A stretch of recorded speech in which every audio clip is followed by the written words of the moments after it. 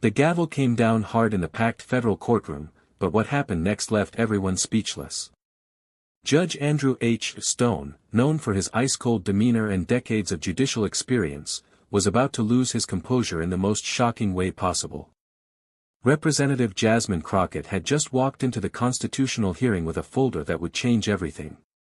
What she revealed in the next 30 seconds didn't just stun the courtroom, it sent Judge Stone into a complete meltdown that the legal world is still talking about. Before we dive into this incredible story, make sure to hit that subscribe button and ring the notification bell so you never miss these jaw-dropping political moments. Comment below where you're watching from. We love hearing from our viewers around the world. The 67-year-old federal judge thought he had everything under control.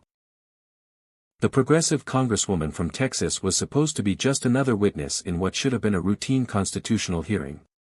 But Jasmine Crockett had done her homework, and what she was about to expose would shake the very foundations of the federal court system.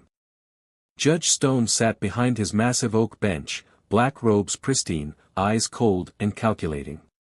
He had no idea that in less than 5 minutes, his entire reputation would be in ruins, caught on live C-SPAN for millions to witness. At just 43 years old, Jasmine Crockett has already made waves as one of the most fearless voices in Congress. Born and raised in Missouri, she worked her way through law school, became a civil rights attorney, and eventually won her seat representing Texas's 30th congressional district. What sets Crockett apart isn't just her legal background, it's her absolute refusal to back down from corruption, no matter how powerful the person involved. She's made her career exposing the truth, whether it's corporate fraud, political misconduct, or judicial bias. Her colleagues know that when Jasmine Crockett requests speaking time at a hearing, someone's about to get exposed.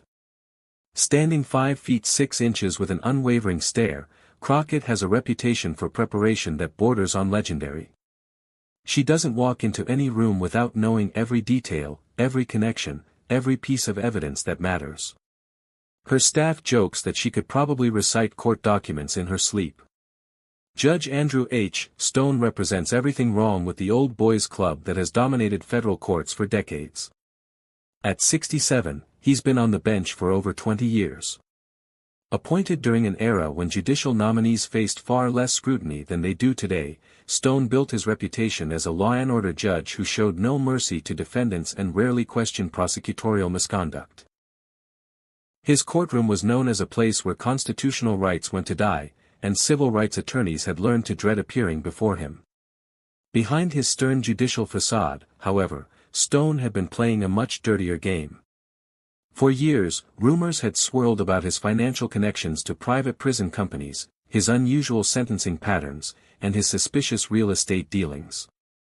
But no one had ever been able to prove anything, until now. Standing 6 feet 2 inches with silver hair and piercing blue eyes, Stone commanded respect through intimidation. His voice could freeze a courtroom with a single word, and his gavel technique had become legendary among court reporters. He ruled his domain like a king, expecting everyone, including members of Congress, to treat him accordingly. This wasn't just about one corrupt judge or one brave congresswoman. This hearing was part of a broader investigation into judicial ethics that could reshape how federal courts operate in America. For Crockett, this was her chance to expose a system that had been failing American citizens for decades. She had spent months gathering evidence, following money trails, and building a case that could bring down not just Stone, but an entire network of judicial corruption. For Stone, everything was on the line, his reputation, his pension, his legacy, all of it hung in the balance. If Crockett's accusations stuck, he wouldn't just lose his position, he could face criminal charges that would land him in the very prison system he had helped profit from. For America, this moment represented a crucial test of whether our system of checks and balances still worked. Could a member of Congress hold a federal judge accountable, or would the old boys club protect one of their own? The constitutional hearing was supposed to be routine, focusing on judicial independence and constitutional interpretation. Instead, it was about to become the most explosive confrontation between the legislative and judicial branches in recent memory. The hearing began like any other constitutional discussion.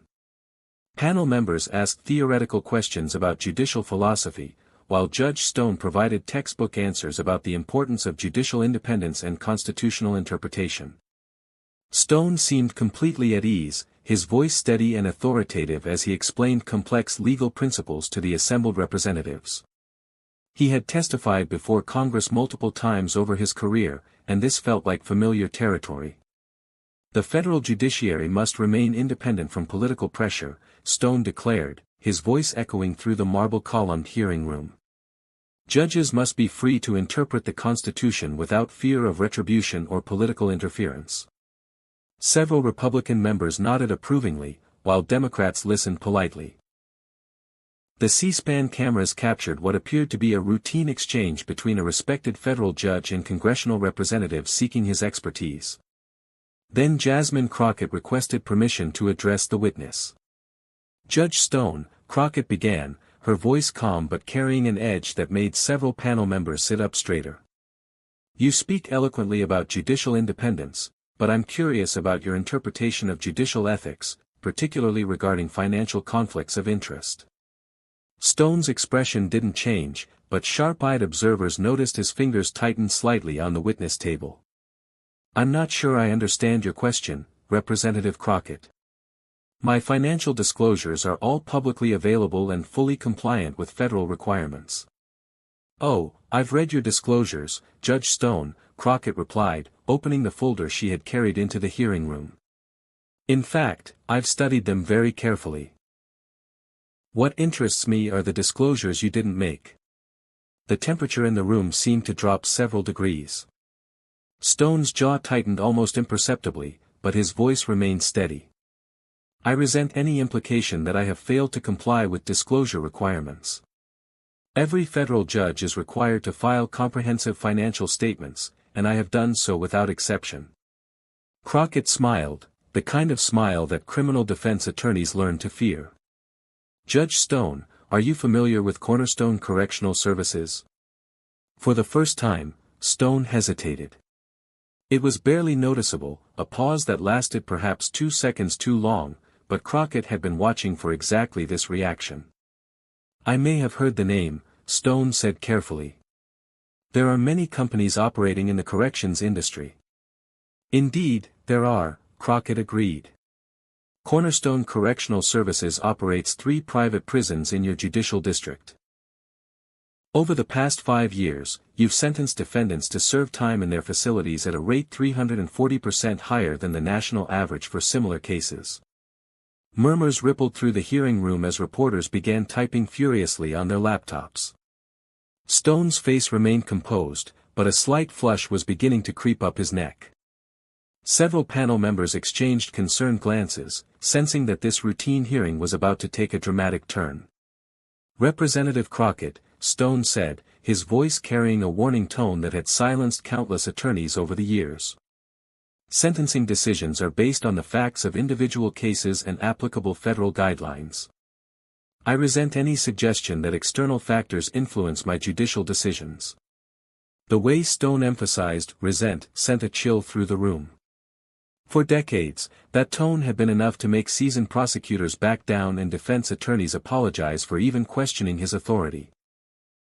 But Jasmine Crockett had faced tougher opponents in Texas courtrooms, and she wasn't intimidated by judicial theatrics. "I'm sure you do," Crockett replied smoothly, her voice carrying just a hint of steel. "But let's talk about those external factors for a moment. Judge Stone, do you know a man named Marcus Webb?" The question hung in the air like a sword about to fall. Stone's carefully maintained poker face began to crack around the edges, and those sitting closest to the witness table could see a slight tremor in his hands. The C-SPAN cameras captured every micro-expression, every tell that revealed Stone was no longer in control of this conversation. Stone's poker face finally cracked. The name hit him like a physical blow, and for a moment, his composure slipped entirely. That name is not familiar to me." "Really?" Crockett's eyebrows rose in apparent surprise. "Because Marcus Webb is the CEO of Cornerstone Correctional Services."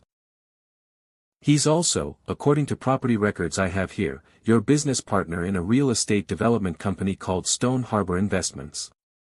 The hearing room erupted. Reporters were now frantically taking notes, while panel members leaned forward in their chairs. Stone's face had gone from a slight flush to deep red, and his hands were visibly trembling. That is completely false," Stone stammered, but his voice lacked conviction. "I have no business relationship with any corrections company." Crockett pulled out a thick stack of documents.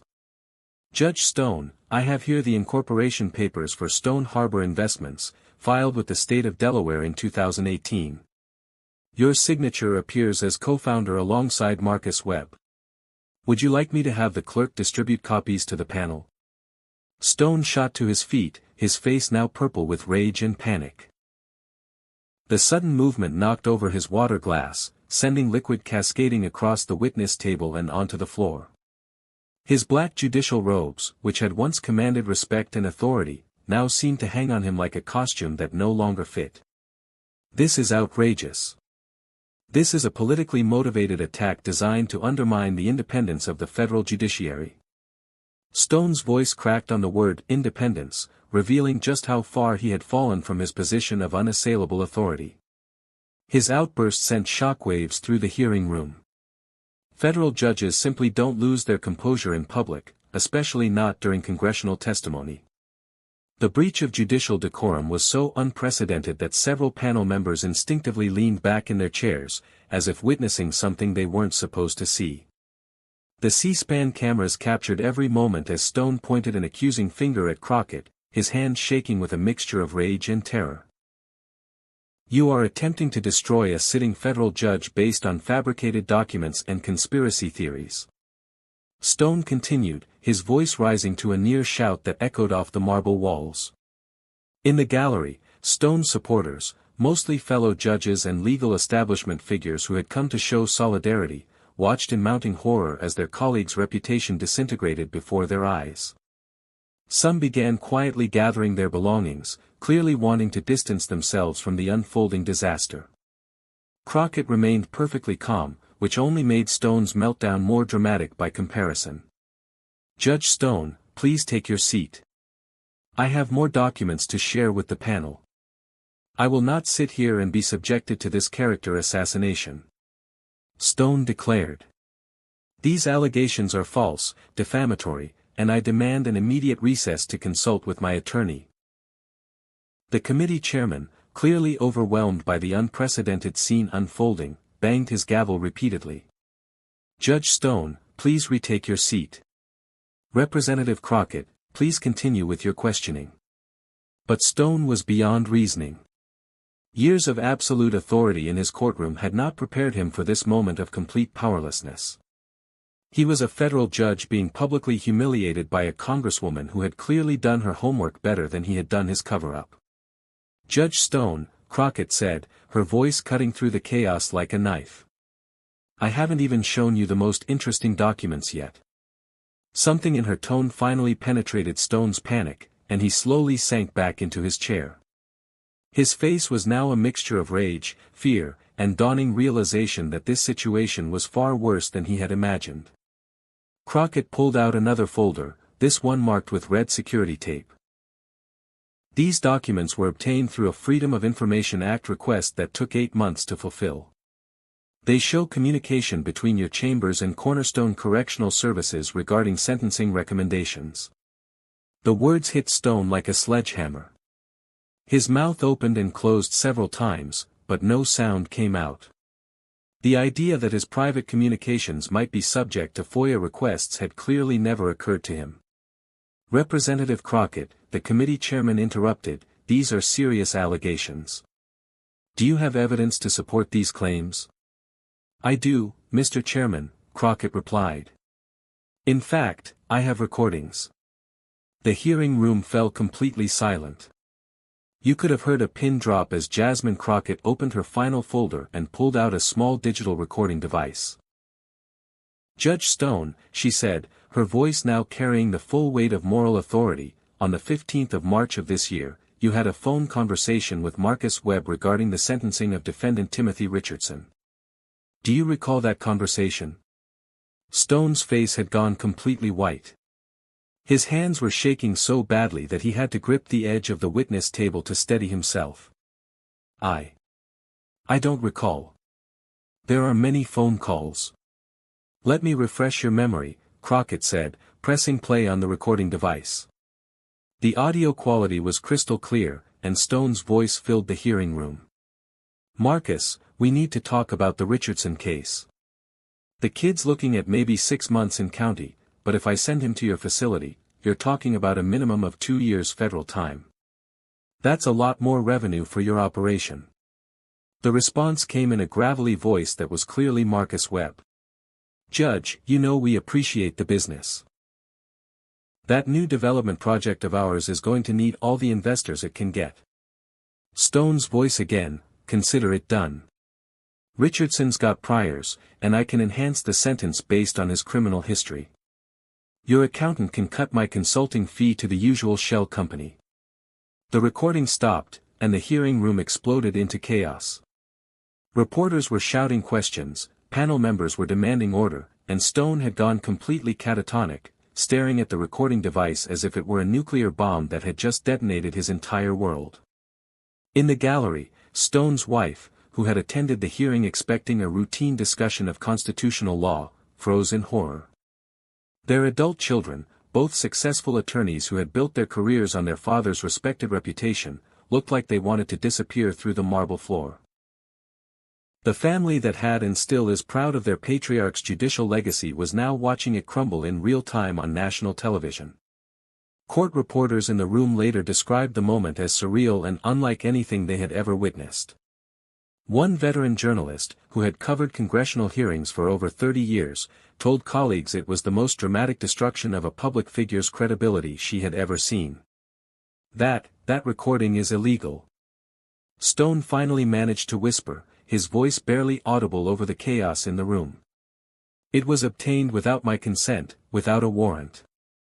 His legal training was desperately trying to find some procedural escape from the nightmare he now found himself trapped in.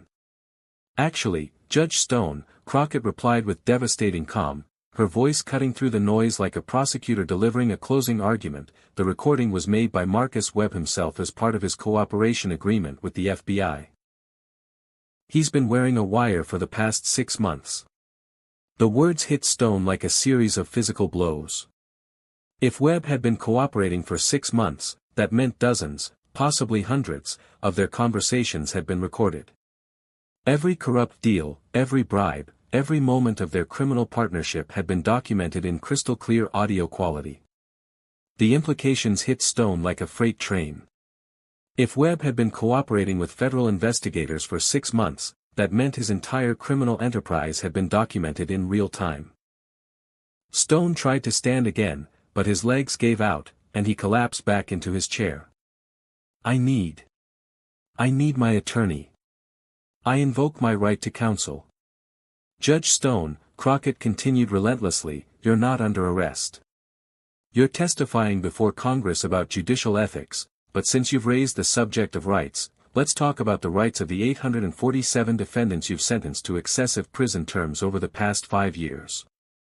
She pulled out another document. Timothy Richardson, the young man from the recording, was sentenced to 30 months in federal prison for possession of marijuana. First offense, no violence, no distribution, just possession. The sentencing guidelines called for probation, but you sent him to your business partner's prison instead. Stone's attorney, who had been sitting quietly in the back of the hearing room, finally stood up.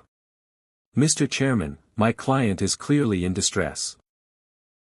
I request an immediate recess so that Judge Stone can receive medical attention. But Crockett wasn't finished. Judge Stone, can you explain to this panel why you sentenced Maria Santos, a single mother of 3, to 18 months in federal prison for a nonviolent immigration violation? She had no criminal history, strong community ties, and was the sole provider for her children. Yet, you sent her to Cornerstone Correctional, where she gave birth to her 4th child in a prison medical facility. Stone was now openly weeping, his judicial composure completely shattered. I can't. I need to stop. This isn't fair. What isn't fair, Judge Stone? Crockett said, her voice rising with righteous anger. Is a federal judge selling justice to the highest bidder? What isn't fair is families torn apart so you could profit from human misery. What isn't fair is a system that allowed you to destroy lives for money. The hearing room was in complete pandemonium. Stone's attorney was trying to physically remove his client from the witness table while panel members were shouting over each other, trying to restore order. Just as it seemed the chaos couldn't get any worse, Crockett held up one final document. Judge Stone, before you leave, I think you should know that the FBI executed search warrants this morning on your home, your office, and the headquarters of Stone Harbor Investments. Stone's head snapped up, his tear-stained face now filled with absolute terror. What? The investigation into your criminal enterprise has been ongoing for over a year, Crockett explained calmly. This hearing was coordinated with federal law enforcement to ensure that all evidence was preserved. Agents are currently reviewing your financial records, your communications, and your sentencing patterns. Stone let out a sound that was part sob, part scream. You've destroyed me. You've destroyed my life. No, Judge Stone, Crockett replied with cold finality, you destroyed your own life the moment you decided to sell justice for profit. I just brought it to light. As Stone was finally led from the hearing room by his attorney and what appeared to be federal marshals, the panel members sat in stunned silence. Several were visibly shaken by what they had just witnessed, the complete destruction of a federal judge's career and reputation in real time. The committee chairman, his voice barely above a whisper, called for a recess. But the damage was done. C-SPAN had broadcast every moment of Stone's breakdown to a national audience, and the footage was already going viral on social media. Within minutes of the hearing's conclusion, Judge Stone Exposed was trending on every social media platform. The video of Stone's complete breakdown, particularly the moment when he broke down crying and screamed, "You've destroyed me," became one of the most shared political clips of the year. News networks scrambled to get legal experts on air to explain the implications of what America had just witnessed. CNN's legal analyst called it the most dramatic judicial exposure in modern American history.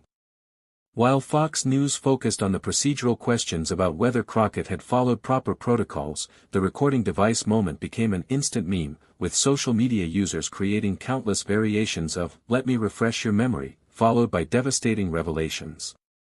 TikTok users were already creating dramatic recreations of the confrontation, with the Crockett Challenge becoming a viral trend. Democratic leaders were quick to praise Crockett's investigative work. Speaker of the House Nancy Pelosi issued a statement within hours. Representative Crockett has performed a vital service to the American people by exposing corruption at the highest levels of our judicial system.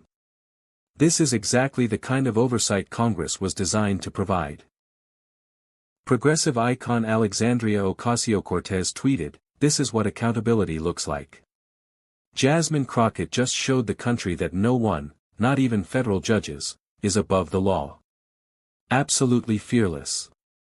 Republican reactions were more mixed, with some defending judicial independence, while others acknowledged that Stone's behavior, if proven, was completely unacceptable. Senator Ted Cruz issued a carefully worded statement: "If these allegations are substantiated, Judge Stone must face the full consequences of his actions. The integrity of our judicial system depends on judges who are beyond reproach." Within hours of the hearing, the FBI released a statement confirming that they had indeed executed search warrants related to an ongoing investigation into judicial corruption. Sources close to the investigation leaked that Stone was not the only judge under scrutiny and that the probe extended to multiple federal districts. Marcus Webb, Stone's business partner and the CEO of Cornerstone Correctional Services, was arrested at his corporate headquarters just 3 hours after the hearing concluded. His cooperation with federal investigators had been kept so secret that even Stone's defense attorney had no idea the FBI had been building a case for months. The Department of Justice announced that a special prosecutor would be appointed to investigate the scope of the corruption network, with particular focus on how many other judges might have been involved in similar schemes. The federal judicial community was reeling from the implications of Stone's exposure. Chief Justice John Roberts issued an unprecedented statement acknowledging that the Supreme Court would thoroughly review all aspects of judicial ethics enforcement. In light of the revelations, law schools across the country began incorporating the Stone case into their ethics curricula, with professors using the hearing footage to illustrate how judicial misconduct investigations should proceed. The National Association of Criminal Defense Lawyers announced they would be reviewing hundreds of cases from Stone's court to identify potential victims of his corruption. Bar associations in multiple states called for enhanced screening of judicial nominees and stricter enforcement of financial disclosure requirements. The American Civil Liberties Union announced they would be filing appeals for every defendant sentenced by Stone over the past 5 years. Judge Stone's life unraveled with shocking speed. By the end of the day, he had been placed on administrative leave pending the outcome of the federal investigation. His wife of 37 years filed for divorce 3 days later, citing irreconcilable differences and public humiliation. Stone Harbor Investments was shut down by federal regulators, with all assets frozen pending the criminal investigation. The luxury beachfront property that Stone had been developing with Webb's money was seized as evidence, leaving dozens of investors facing massive losses. Stone's children, both successful attorneys in their own right, issued a joint statement distancing themselves from their father's actions. "We are horrified by the allegations against our father and fully support any investigation into his conduct. The pursuit of justice must come before family loyalty." For Jasmine Crockett, the hearing was a career-defining moment that established her as one of the most fearless oversight voices in Congress. Her methodical destruction of Stone's defense became a masterclass in congressional investigation techniques. Speaking requests poured in from law schools, civil rights organizations, and political groups across the country. The legal drama podcast Constitutional dedicated an entire episode to breaking down Crockett's interrogation techniques, calling her the most effective congressional questioner since the Watergate hearings. Crockett's own social media following exploded, with over 500,000 new followers in the first week after the hearing. Her measured, factual approach to exposing corruption resonated with Americans tired of political theater and hungry for genuine accountability. The Stone scandal triggered the most comprehensive review of judicial ethics in decades. Congress passed emergency legislation requiring real-time disclosure of all judicial financial interests, with automatic recusal requirements for cases involving judicial investments. The Federal Judicial Center implemented new training requirements focusing on ethics and conflicts of interest, while the Administrative Office of the U.S. Courts created a new position dedicated solely to investigating potential judicial misconduct. Private prison companies faced intense new scrutiny, with several states announcing they would not renew contracts with facilities found to have inappropriate relationships with judges. Cornerstone Correctional Services filed for bankruptcy within 6 months, unable to survive the scandal and subsequent investigations. Perhaps most importantly, the exposure of Stone's corruption began the process of justice for his victims. Timothy Richardson, the young man whose case was featured in the recorded conversation, was released from prison after serving only 8 months of his 30-month sentence. Maria Santos, the single mother who gave birth in prison, was reunited with her children and had her conviction overturned entirely. Her civil rights lawsuit against Stone and Cornerstone Correctional resulted in a multimillion-dollar settlement that helped rebuild her family's life. A victims' compensation fund was established for all defendants who could prove they were sentenced inappropriately due to Stone's corruption. Over 400 families ultimately received compensation, though many said no amount of money could truly repair the damage done to their lives. Legal scholars began debating whether the Stone case revealed fundamental flaws in how America selects and monitors federal judges. The fact that Stone had operated his criminal enterprise for years without detection raised serious questions about judicial oversight.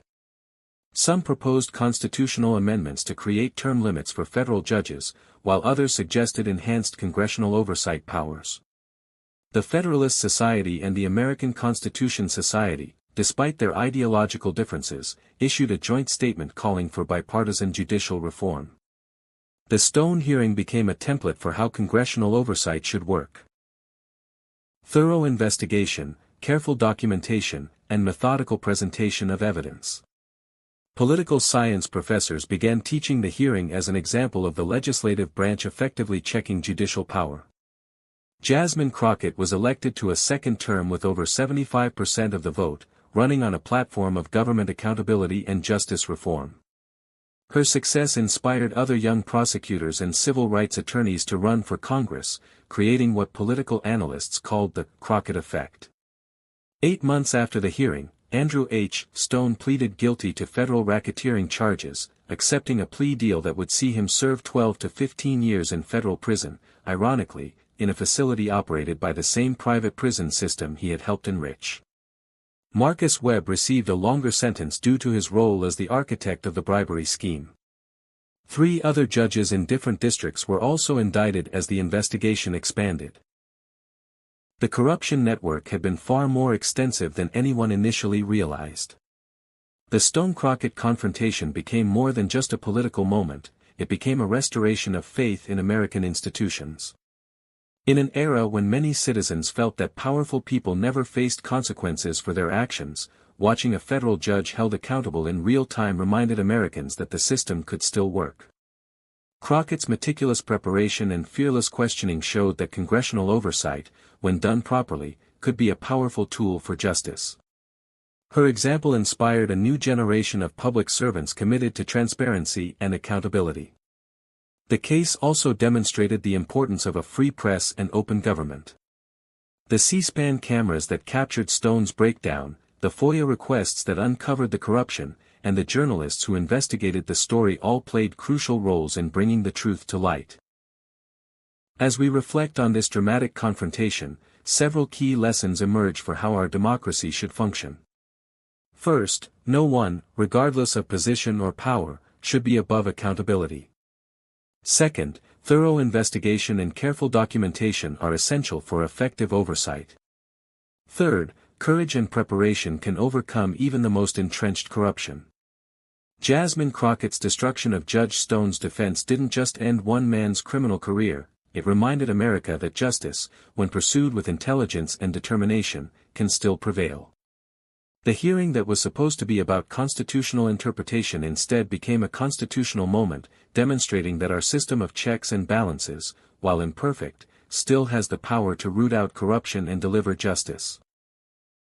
For those who believe in accountability, transparency, and the rule of law, the Stone-Crockett hearing represents hope that American democracy, despite its challenges, still has the capacity for renewal and reform. If you found this story as compelling as we did, make sure to subscribe to our channel and hit that notification bell so you never miss these incredible moments of political accountability. Share this video with anyone who believes in justice and transparency, and let us know in the comments what other cases of corruption you think deserve this level of investigation.